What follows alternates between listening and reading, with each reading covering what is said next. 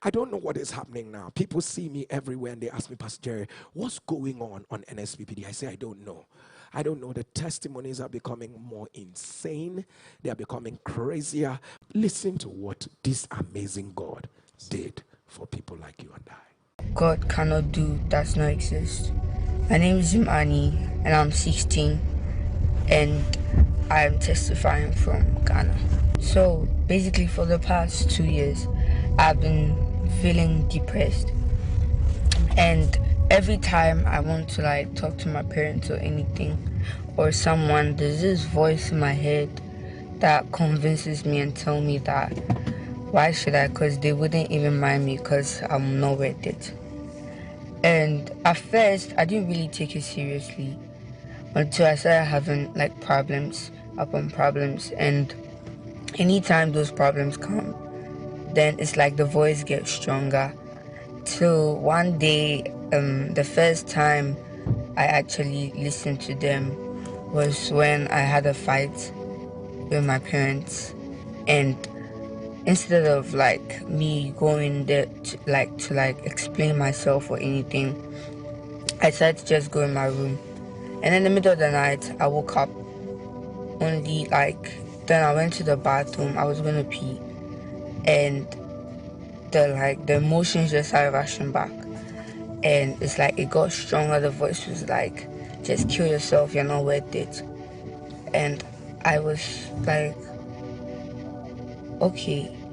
And I just started like thinking about it, and I was like, hey, maybe the voice is right, because like every single time I'm always like disappointing my parents, I'm always getting into trouble. So why don't I just finish myself? So the first time I cut was the one on top right there, and this side too. I don't know if you see it around here. Yeah, that's it. So yeah, and it wasn't deep, but I did feel like pain and there was a lot of blood. But the last one I did, I couldn't even feel my hand. And I don't know, one morning, something just told me to go to my mom's room. I remember I was going to take something from her, and she was praying on the altar, and she was like, let me see your hand. And I was like, why? Because I was like, what's going on? And she removed I was wearing a hoodie that time because car was brand new. I didn't want her to see or anyone to see, so I had to cover it up. And I knew if I use a plaster it would be obvious, so I used my hoodie to cover it up.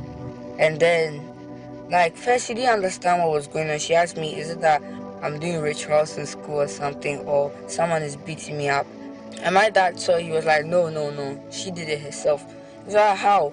And then that's when I explained everything to them. And I don't know, I just started crying. And she started praying for me. And I couldn't even speak because I was crying. I was just crying. I felt like I don't know, like I was free that day. Like I felt like there's this burden that has been taken off of me. And then ever since that day, I actually don't hear them anymore.